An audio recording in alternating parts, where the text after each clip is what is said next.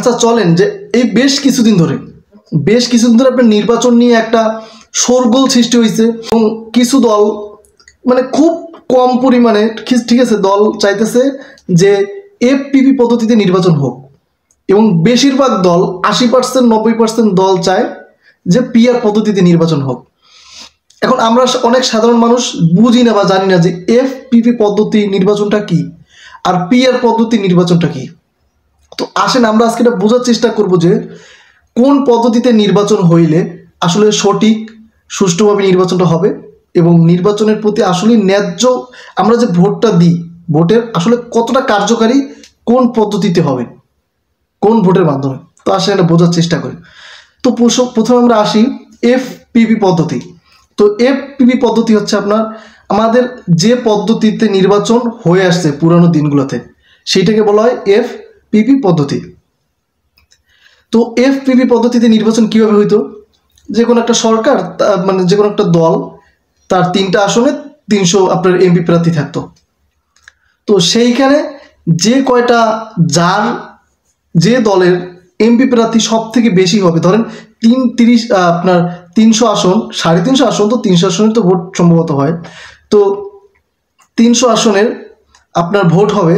তো ওই 300 আসনের ভিতরে যে দলের আপনার এমপি বেশি হবে, ঠিক আছে, সেই দল সরকার গঠন করবে।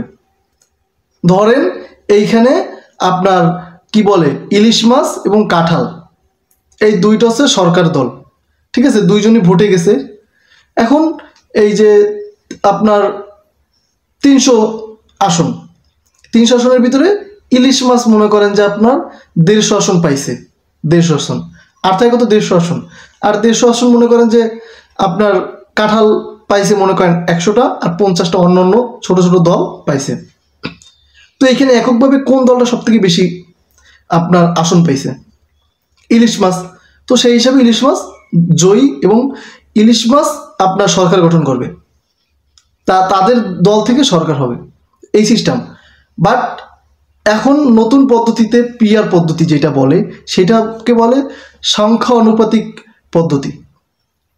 তো একজন এমপি তিনি দাঁড়াইছেন, এখন ওই আসনে, ঠিক আছে, ওই সিটে ধরেন যে কোনো একটা সিটে তার ওই এলাকায় ভোট সংখ্যা মনে করেন যে আপনার কি বলে 1000, বোঝানোর সাথে বলতেছি 1000 ভোট সংখ্যা। তো 1000-এর ভিতর থেকে বিএমপি মনে করেন 300 ভোট পাইল, বিএমপির যে ক্যান্ডিডেট তিনি পাইল 300 ভোট, জামাত পাইল 200, এনসিপি পাইল 100, এরকম আরো যতগুলো দল আছে সবাই টুকটাক কম বেশি পাইল। সব থেকে বেশি বিএমপি পাইল মনে করেন 300 ভোট। বিএমপি 300 ভোট পাইয়া কি হলো, বিএমপি জয়ী হয়ে গেল। অবশ্যই আপনার ওই যে 1000 ভোটের ভিতরে যে সব থেকে বেশি ভোট পাবে সেই হবে, সেইখানে বিএমপি 300 ভোট পেয়ে উত্তীর্ণ হয়ে গেল। ওইখানে তাদের এমপি যে হবে, ঠিক আছে, ওটা বিএমপির হবে। জামাত বলেন এনসিপি বলেন যা বলেন তারা কিন্তু ওই আসনে আর কেউ হইতে পারতেছে না। ওকে, তো এইখানে একটা মানে সুষ্ঠু একটা জিনিস, ঠিক আছে, খুব সূক্ষ্ম বলা যায়। আপনি একটা জিনিস দেখেন, বিএমপি ভোট পাইল কত 300 ভোট পায় কি তিনি উত্তীর্ণ হয়ে গেল, মানে 10 ভাগের 3 ভাগ ভোট পায়া তিনি আসনে ক্ষমতায় গেলেন। কিন্তু এই জিনিসটা কখনো চিন্তা করছেন যে ওইদিকে তিনি আপনার কি বলে যে 7% ভোট পাইল না, 3% ভোট পাইয়া, ঠিক আছে, 10 ভাগের 3 ভাগ ভোট পাইয়া তিনি আপনার ক্ষমতা পেয়ে গেল। কিন্তু মানে ওই যে 10 ভাগের 7 ভাগ মানুষ যে ধরেন 1000-এর ভিতরে 700 মানুষ যে তাকে চায় না, এইটাকে কখনো হিসাব করে দেখছেন বা কেউ দেখছে? আমরা দেখি কি কে বেশি পেল, ভাই সে 300 মানুষ তারে চাইছে 1000 মানুষ থেকে, কিন্তু 700 মানুষ যে চায় নাই, এইটা আপনি কখনো হিসাব করে দেখছেন? তারে 700 মানুষ চায় না ওই লোকটারে, বা ওই দলকে 700 মানুষ চায় না। হ্যাঁ, ধরেন এই মানে যে কোনো একটা দল হইতে পারে, ঠিক আছে, তারে 700 মানুষ চায় না, তারে 300 মানুষ মাত্র চাইছে। তো এখানে আপনার 700 মানুষের ভোটের মানে হিসাব বেশি হবে না 300 মানুষের হিসাব বেশি হবে? অবশ্যই 700 মানুষের। এখন আপনি বলতে পারেন যে এটা তো মানে যে কোনো একটা দলের আপনার অনেকগুলো এমপি ক্যান্ডিডেট হয়েছে, ঠিক আছে, এখনো তো অনেক জায়গায় ভোট ভাগ হয়ে গেছে। ভাই ভাগ হয়ে গেছে ঠিক আছে, কিন্তু হিসাবটা তো মানুষ কেন্দ্রিক না, হিসাবটা তো দল তো একটা।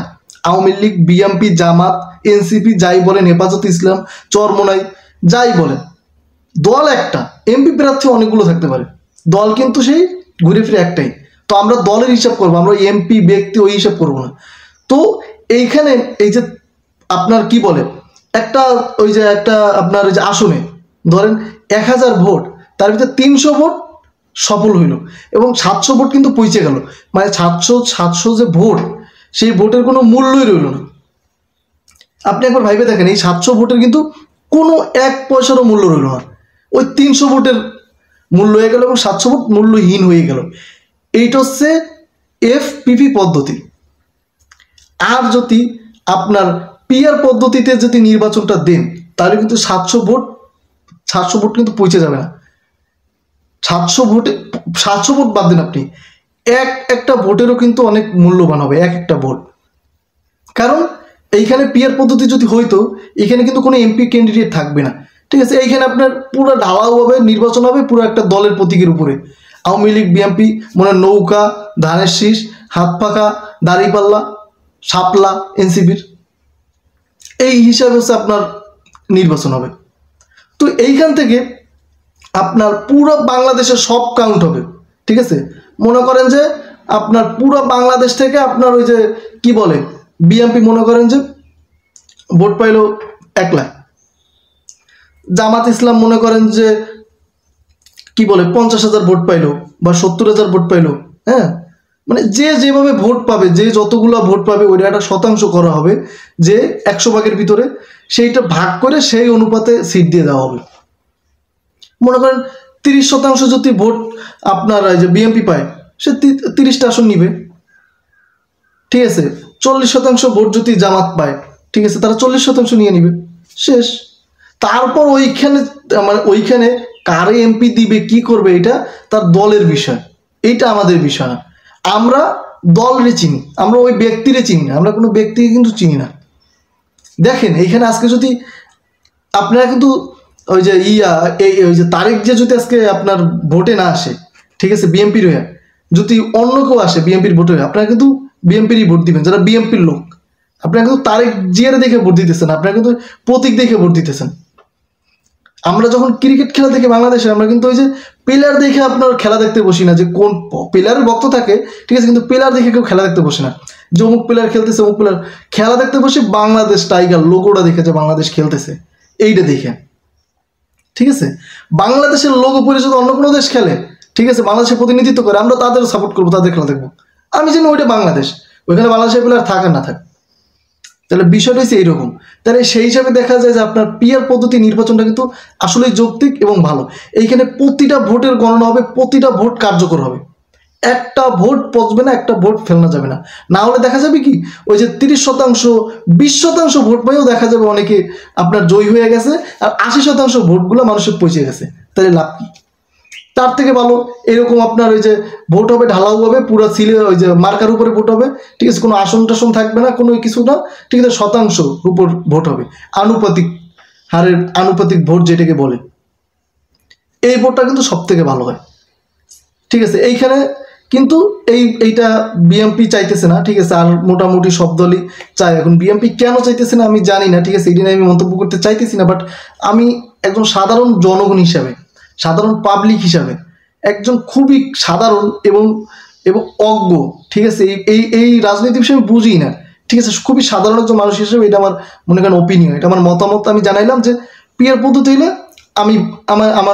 আমি এটা চাই যে পিআর পদ্ধতিতে ভোট হোক, কারণ আমি তো চাবো না যে আমার ভোটটা আপনার পৌঁছে যাক, অবশ্যই এটা আমি চাবো না, ঠিক আছে। আমি চাবো যে আমার ভোট, আমার একটা ভোটও কার্যকারী হোক, আমার একটা ভোট ওই 700-র ভিতরে যেয়ে পৌঁছে না যাক, ঠিক আছে, বা ওই 300-র ভিতরে যে উত্তীর্ণ হোক, আমি চাই বেশির দিক, ঠিক। আমরা আসলে কি জানেন যে সবসময় ওই 300 পাই হয়ে গেছে ওইটা দেখি, কিন্তু এদিকে আমরা কখনো লক্ষ্য করি না যে বা এই 700 ভোট, তার 700 জন লোক তার এগেনস্টে, 300 জন লোকের জন্য তিনি হয়ে যাবে, এটা কোনো কথা, এইটা কোনো ভোটের কালচার হইতে পারে না।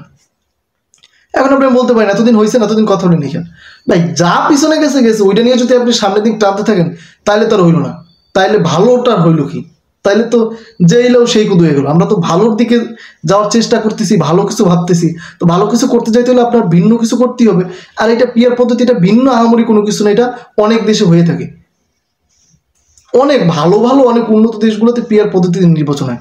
তো এই পিয়ার পদ্ধতিতে নির্বাচন হইলে অবশ্যই আপনার প্রতিটা দলের জন্য ভালো, এবং সঠিক দলটা সরকার গঠন করতে পারবে। ঠিক আছে, যেই দলের মনে করেন যে যত শতাংশ ভোট পাবে, যেই দল সব থেকে বেশি শতাংশ ভোট পাবে, তারা সেইভাবে মনে করেন 50% ভোট যারা পাইছে তারা 50টা আসন নিয়ে নিবে, সমস্যা নেই। যারা বেশি শতাংশ ভোট পাবে সব থেকে, তারা সরকার গঠন করবে, কোনো সমস্যা নেই। এখানে ওই যে একটা ভোটও কিন্তু কাউন্ট হইতেছে, একটা ভোটেরও ভূমিকা হইতেছে অনেক। আর যদি ওই যে পুরানো যে পদ্ধতি, সেই পদ্ধতিতে যদি আপনারা ভোট গণনা করেন, বা সেই পদ্ধতিতে যদি ভোট আপনার আবার সেই ভোট হয় বা নির্বাচন হয়, তাহলে ভাই ওই জেলাও সেই কত একই জিনিস। ওই যে আপনার 700 বলেন, 7 লাখ বলেন, আর 7 কোটি বলেন, 7 কোটি মানুষের ভোটই মনে করেন আপনার পৌঁছে যাবে, 3 কোটি মানুষের ভোট কার্যকর হবে। বাট এটা কোনো পলিসি হতে পারে না। ঠিক আছে, পিয়ার পদ্ধতিতে ভোট হোক, এটা আমি চাই। আমি কোনো রাজনৈতিক দলের কেউ না, আমি রাজনীতি করি না, রাজনীতি বুঝি না ভাই, সত্যি কথা রাজনীতি বুঝি না আমি। কিন্তু যত আলাপ আলোচনা করতেছি রাজনীতি নিয়ে, কিন্তু কিছুই বলতেছি না। অ্যাজ এ একজন মানুষ হিসেবে আমি অবশ্যই আমার একটা মতামত থাকতেই পারে যে আমি এইটা হইলে ভালো হয়, আর আমি তো চাবো দেশের জন্য যেটা ভালো হবে সেইটাই। তো আল্লাহ হাফিজ, বাই বাই।